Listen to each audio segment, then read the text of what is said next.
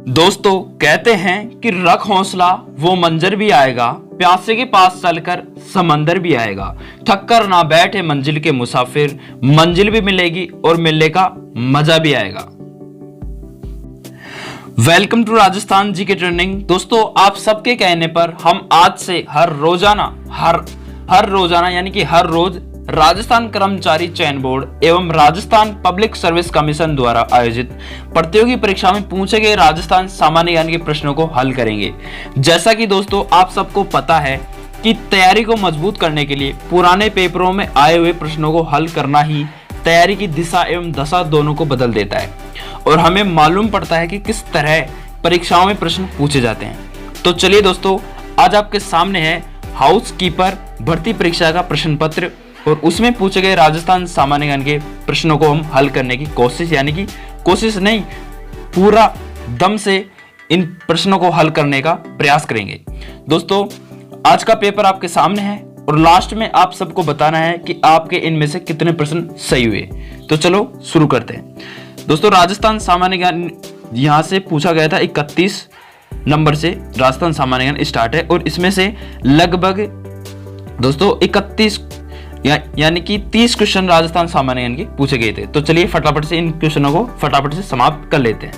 दोस्तों पहला है दोस्तों कि हुरडा सम्मेलन जो 1734 एडी में हुआ था, उसकी अध्यक्षता किसके द्वारा की गई थी। आप सबको पता होगा दोस्तों कि हुरडा सम्मेलन की अध्यक्षता अपने महाराणा जगत सिंह द्वितीय के द्वारा की गई थी, इसमें से कोई दोहराई नहीं है। चलिए अगला है दोस्तों कि निम्नलिखित में से कौन सा किला यूनेस्को की विश्व धरोहर स्थल सूची में शामिल नहीं है। कौन सा इनमें से नहीं है दोस्तों। गागरोन है, जैसलमेर है, कुंभलगढ़ है, लेकिन अचलगढ़ तो है ही नहीं दोस्तों। सीधा सीधा क्वेश्चन आपके सामने है। मुझे आशा है कि आपने इन प्रश्नों को हल करने की कोशिश की होगी और अपना कमेंट करके जरूर बताएं दोस्तों, कोई भी कंफ्यूजन हो तो। अगला है दोस्तों कि जयपुर के किस शासक ने ब्रज निधि उपनाम से कविताओं की रचना की है। यह प्रश्न दोस्तों कई बार एग्जाम में पूछा जाता है। आपको मैं हर रोज पेपर हल कराने वाला हूं दोस्तों, आप देखना कि यह प्रश्न कितनी बार रिपीट होता है। चलिए मैं इसका सही आंसर आपको बता देता हूं। वो थे दोस्तों अपने सवाई प्रताप सिंह थे, जो ब्रज निधि उपनाम से कविताओं की रचना किया करते थे। अगला है दोस्तों कि निम्नलिखित में से प्रख्यात चरी नृत्यांगना कौन है। इनमें से प्रख्यात चरी नृत्यांगना कौन है दोस्तों। गुलाबो नहीं है, तीजनबाई नहीं है, इनमें से बता दो दोस्तों फटाफट से। और इसका सही आंसर क्या आ जाएगा, मांगी बाई भी नहीं है, सही आंसर फल्गुबाई इसका सही आंसर आ जाएगा। अगला है दोस्तों कि राजस्थान में स्त्री परिधान यानी कि पोमचा को क्या कहा जाता है।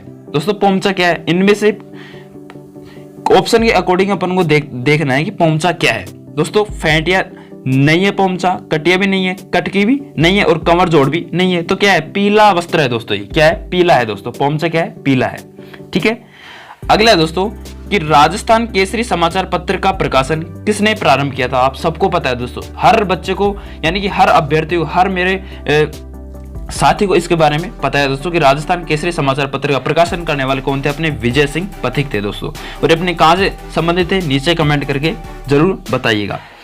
अगला है दोस्तों कि दोस्तों ये रहा कि हल्दी घाटी के युद्ध के बाद महाराणा प्रताप ने अपनी राजधानी कहां पे स्थापित की थी। कहां पे की थी दोस्तों, वो की थी अपने चावंड में की थी, सही आंसर आ जाएगा। अगला है दोस्तों कि गणगौर किस महीने में मनाई जाती है। दोस्तों ये क्वेश्चन बड़ा ही कंफ्यूज करने वाला है। कई लोग क्या करेंगे, इसमें फाल्गुन करेंगे, लेकिन फाल्गुन गलत आ जाएगा दोस्तों। गणगौर अपने चैत्र माह में मनाई जाती है, याद रखना। फाल्गुन में तो स्टार्ट होती है और चैत्र माह में मनाई जाती है, ये आपको याद रखना पड़ेगा दोस्तों। ठीक है दोस्तों, कर्मचारी चयन बोर्ड ने भी इसका सही आंसर चैत्र ही माना है। ठीक है। अगला है दोस्तों कि सैंधव सभ्यता के किस स्थल से जुते हुए खेत के प्रमाण मिले हैं। ये कंफ्यूज कर रहा है दोस्तों क्वेश्चन, लेकिन इसका सही में हम जाने तो इसमें बताया गया कि जुते हुए खेत के प्रमाण किस सभ्यता से मिले हैं। तो दोस्तों आप सबको पता होगा कि जुते हुए खेत के प्रमाण तो दोस्तों अपने कालीबंगा सभ्यता से ही मिले हैं। ठीक है। अगला है दोस्तों कि ऊषा मस्जिद कहां पे। दोस्तों कई बार मैंने आपको बताया कि ऊषा मस्जिद अपने भरतपुर में है और इसका सही आंसर आ जाएगा बयाना। ठीक है। अगला है दोस्तों कि 1857 के विद्रोह की शुरुआत के समय उदयपुर में ब्रिटिश रेजिडेंट यानी कि एजेंट कौन था दोस्तों, कैप्टन सावर्स था। और कौन था। ठीक है। अगला दोस्तों कू क्या है। कू आपसे पूछ ले कि कू क्या है। एक शब्द में क्वेश्चन पूछा गया है दोस्तों कि कू क्या है। क्या ग्रासीय जनजाति का क्या क्या गरासिया जनजाति का हथियार है? नहीं। मीणा जनजाति का पर्व है? नहीं दोस्तों। भील जनजाति का घर है? बिल्कुल है, घर है। डामोर जनजाति का वस्त्र है? नहीं दोस्तों। सही आंसर आ जाएगा भील जनजाति का एक घर है, कू। ठीक है, उसको क्या कहते हैं? कू कहते हैं। भील जनजाति में जो घर होते हैं उनको ये क्या कहते हैं? कू के नाम से जानते हैं। अगला क्वेश्चन है दोस्तों कि पृथ्वीराज तृतीय और मोहम्मद गोरी के मध्य कितने युद्ध लड़े गए थे? अरे दोस्तों सबको पता है, दोस्तों सबको पता है इसके बारे में। कितने लड़े गए थे नीचे कमेंट करके जरूर बताओ। सही आंसर क्या आ जाएगा? 2 लड़े गए थे। और कितने लड़े गए थे? ठीक है, 2 ही लड़े गए थे। ठीक है, अगला है दोस्तों आपके सामने कि निम्नलिखित में से कौन सा एक तरफ है पुरातात्विक स्थल और एक तरफ है उत्खननकर्ता, सुमेलित नहीं है? कौन सा इनमें से सुमेलित नहीं है?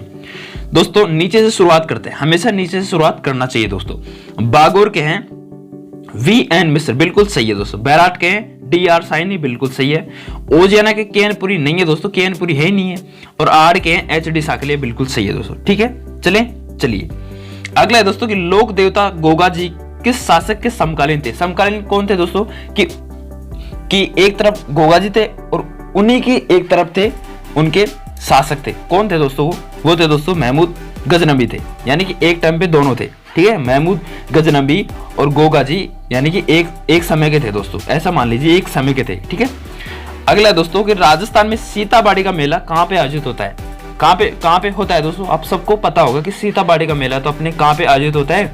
इनमें से ऑप्शन के अकॉर्डिंग देखें तो सीताबाड़ी का मेला दोस्तों अपने कैलवाड़ा में आयोजित होता है। ठीक है, अगला दोस्तों एक तरफ है वाद्यंत्र और दूसरी तरफ है असंगत को छाटना है। ठीक है, वाद्यंत्र और असंगत को अपन को छाटना है। दोस्तों हमें पता है कि तत्वाद्यंत्र एक तारा एक तत्वाद्यंत्र है, बिल्कुल है। सुशीर वाद्यंत्र क्या होते हैं? जो फूंक देकर बजाए जाते हैं और अलगोजा इसका सही आंसर आ जाएगा। घन वाद्यंत्र क्या होते हैं? घन जो पीट कर बजाए जाते हैं, वो खड़ताल, सही है दोस्तों। और अवनद वाद्यंत्र जंतर थोड़ी है, जंतर गलत दोस्तों, ये अपना गलत आ जाएगा। ठीक है, चलिए दोस्तों अगला कि नेजा जामा रिखिया किस स्थानीय लोक देवता से संबंधित है? नेजा जम्मा रिखिया किस स्थानीय लोक देवता से संबंधित है दोस्तों? ये सभी के सभी दोस्तों अपने रामदेव जी से संबंधित है दोस्तों। ठीक है, अगला दोस्तों अगला क्वेश्चन आपके सामने है कि अधोलिखित में से कौन सा एक राजस्थान का मंदिर सुमेलित नहीं है? इनमें से कौन सा एक राजस्थान का मंदिर सुमेलित नहीं है? कौन सा इनमें से सुमेलित नहीं है दोस्तों? 12 देवरा शिव मंदिर अपने भीलवाड़ा में है, बिल्कुल सही है।